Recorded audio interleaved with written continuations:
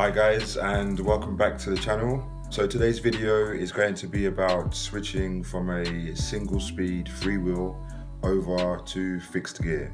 Why do I want to do this? The primary reason, I guess, is because I only have one brake on my bike and I believe that it's quite unsafe, especially in wet weather.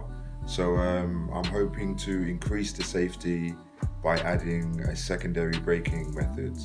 I say increase safety, some people say it decreases safety being on a fixed gear, but I'm just going to try it out and see what happens. I might do a follow-up video to see, just to show how I got on maybe a month later, 2 months later, just to see what I found, maybe put some hints and tips in there. The secondary reason, some people always say that you're more connected to the bike when you're fixed.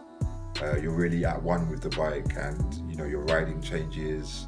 And as an avid cyclist, I wouldn't mind trying to see what that's like. To see how it feels to be that connected to your bike. And especially as I recently built a fixed gear bike. Well, it's a single speed bike, but it was always intended to be fixed. So I'm basically just making that change now. If you want to see that build of that custom bike, the link is in the description. Now for this video, basically what we're going to do is I'm going to show you how to, put a fixed gear on, what you need to do, and then I'm going to test it out and, provide a bit of feedback. So this is the beloved custom bike that I just mentioned.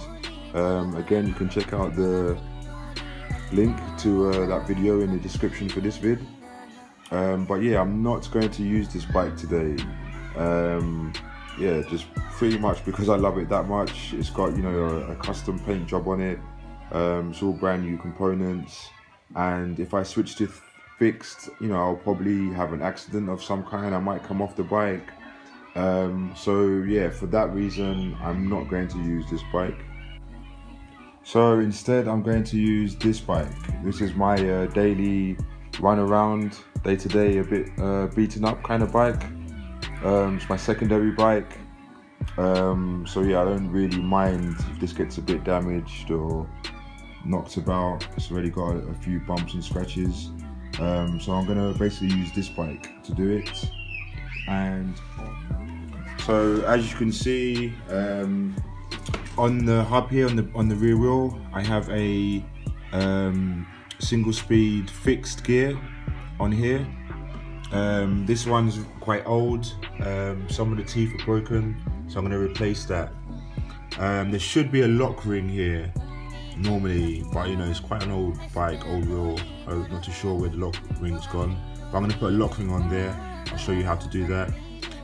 There are specific tools that you can use to remove the lock ring and the cog, but I would just pretty much be buying those to use for this one-off occasion. So I'm just going to use a screwdriver and a hammer, and I'll show you how to do that, how to use those to take these things off. And then on the other side, you can see it's got a freewheel there, what the chain's already on. That's this current setup. So I think they refer to these kind of wheels as flip-flop hubs. So you can just take the wheel off and flip it around, and then this will be on the other side and the freewheel will be on this side not being used, and then that will be the fixed stuff.